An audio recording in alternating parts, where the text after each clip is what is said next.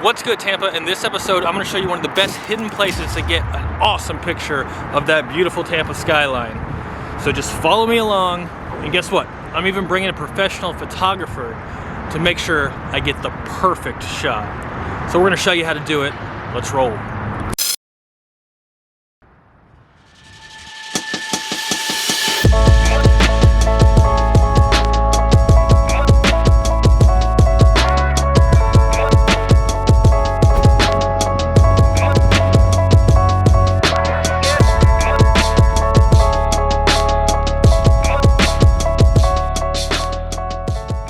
We've got Trevor here with us, and he's going to go through some steps, some tips, and everything we need to know to get this awesome shot. So Trevor, thanks so much for joining me today. Hey man, thanks for reaching out. I appreciate it. Yeah, so tell me first, real quick, before we get started, how did you get started in photography? So it all really goes back to my college years. I was just working on my graphic design degree, and one of the classes along the way was photography.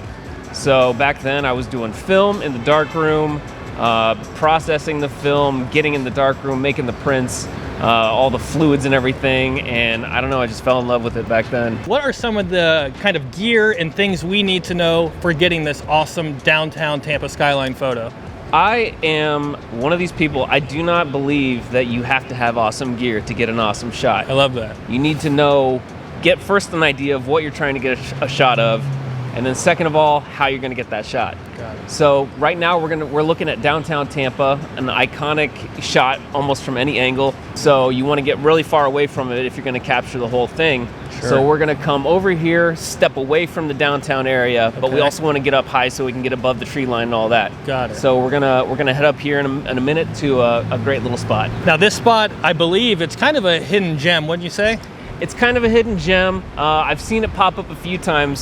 Somebody else had posted it, and I was like, I gotta go find that. Yeah. So I trekked up here, and I was blessed with some good shots. Yeah. That's awesome. Well, I saw those shots, and that's why I'm excited to be here today. So again, why not? I don't think we really need to discuss a lot more down here. Let's go ahead. I'm really just too excited. I'm really just too excited. Let's get up there now. Let's get this photo set up, and let's have Trevor kind of walk us through that process. Let's do it. So let's do it. Let's do it. All right, let's do this then. All right, cool. I think that was pretty good.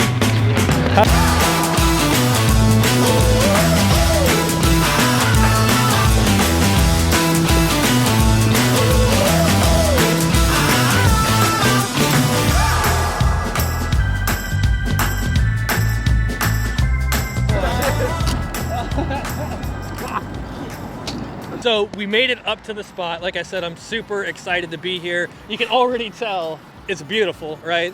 So Trevor, why don't you tell us exactly where we are? All right. So if downtown Tampa had a face, and the other side of this would be its face. This is more like the back side of the head to the. It's like right here of downtown Tampa Bay. It's kind of off the beaten path. You have to kind of, find out where you're going to get up here. But once you find it, it's a great angle. We are in the Channel District, right? Up in, what's this parking garage called? I think this is a Pam Iorio parking garage. I'm pretty sure it's the Pam Iorio parking garage. Right next to the Fitz, if you show them right there, the actual arena, we're right there next to it. So up on the top parking garage, that's where we found this where Trevor helped us find this perfect location to take this shot. So Trevor, I know you said downstairs, which I loved, you don't have to get held up on gear in order to get an awesome photo. Yeah. But tell us a little bit about what we're going to be using today. So today we're going to be using some of the key ingredients, which is a tripod. You got to have a nice stable shot. We're going to be using some wider angle lenses to be able to get a nice wide angle on this this big location, and we're going to be using a camera. That kind of makes sense now that I think about it. I did bring a camera, so we're all good, I think, on the gear we need. I can't wait to get started, so let's go ahead, let's unpack the gear bags, get this tripod set up, and start shooting, right? Sounds good. All right, let's do it.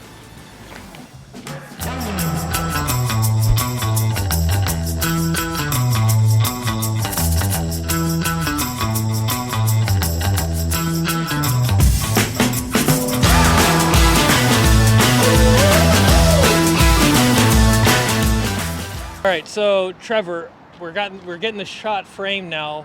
Now, what were you saying as far as settings go? So I really wanted to do a long exposure for this to be able to get these cars' lights going by and do those nice streaks of light thing. So what I'm setting mine at for now is 8-second exposure. Okay. With an f-stop of 22, so that means that it's going to let in just like a little bit of light over a long amount of time. Got it. And I got the ISO set to 320. I think I'm actually going to bump that down to about 200. And that's what we're going with. And remind us, what does the ISO do again? So ISO is the sensitivity to light. Okay. So if you were shooting on film and you would buy your film at that specific ISO, and it would be like how sensitive that film was letting in light from the camera, right? Okay. Yeah. So, but with digital cameras, you can just set it on the fly. You're in a really dark environment, but you have to shoot manually. You set it up to like 2000, and you can still get a nice image. A little noisy, so you got to be careful. Got it. Okay. Well, let's get it set up then. All right. Getting framed up, and I guess I kind of just want a straight shot right in the middle, right, Trevor?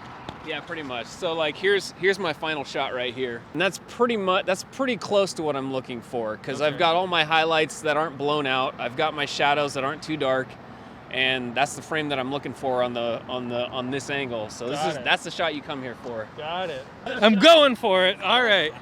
I'm going for it. I'm gonna come in just a little bit. There you go. All right. And now my ISO, I've got it about, let's see, 320, I believe, which is your initial recommendation here. All right. And now my shutter speed, I've got, let's see, at 10 right now. Okay. And I think that looks pretty good. Now, what is my aperture at here?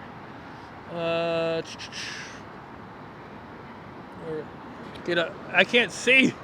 With the current settings I've got, this is what I'm currently working with. Oh, wow. Yeah, that's pretty good.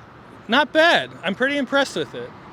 I want to try to lighten it up just a tad, I think. Okay. So is what I should do, correct me, Trevor, if I'm wrong. I'm going to increase the ISO just a little bit. You could do that, or you could open up your aperture a little bit. It's up to you. Okay. All right. Perfect. Let's bring it up just a tad, maybe around 500 or so. There you go. Considering how cloudy and dark it is out here, I feel like this is looking pretty good. Pretty bright. I mean, what do you think, Trevor? You're the pro. You tell me. No, I think that's great. You've got a lot to work with there, to where as long as you don't, go too dark and underexpose it, and if you don't hit out like the top end where things start turning white. Yeah. Because as soon as things start turning white, that's when you're losing image and you don't even have anything to work with. Yeah, I guess that's a great point. So what is like worse, like overexposing or underexposing? I would say overexposing. Okay. That might be a controversial stance. Photographers out I might there just cause some trouble. For photographers out there might give me grief. I think it's worse to overexpose, because once you blow out some pixels, you can't get them back. Got it. If you underexpose it, you might be able to fudge, expose it in the editing later. Got it. Okay, cool. Now, if I wanted to, again, there's not a ton of traffic going on right now, but I did like your idea of the lights of the cars. In order to get that kind of cool effect where you see that stretch of lights, how do you do that? So that's a long exposure, Okay. and that's kind of what I'm doing right over here. Okay. So I set it up to 10 seconds. So that means that I've got the camera effectively taking a picture for 10 seconds. Got it. To where anything that enters the frame and goes by during that 10 seconds is going to get picked up on that shot. Love it. I'm going to try doing my exposure. I'm going to try that out, see what happens. And that'll probably be our last shot of the evening. But again, I mean, this is a beautiful spot to come take a photo. I appreciate you showing it to me. Definitely. Awesome. Well, let's get one more in there.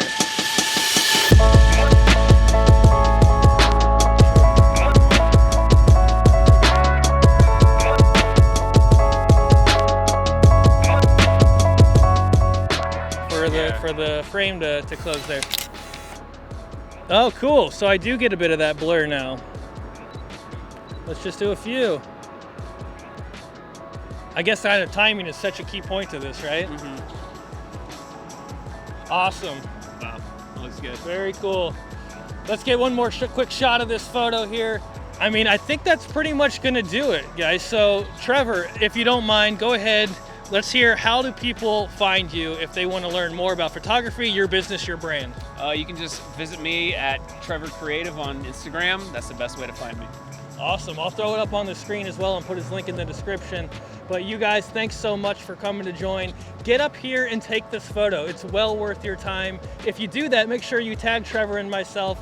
And we want to see it. We want to see what you guys come up with. Love to see it. Yeah, I hope this inspired you guys to get out and take some photos. Thank you guys for watching. Peace and love. I'll see you all in the next one.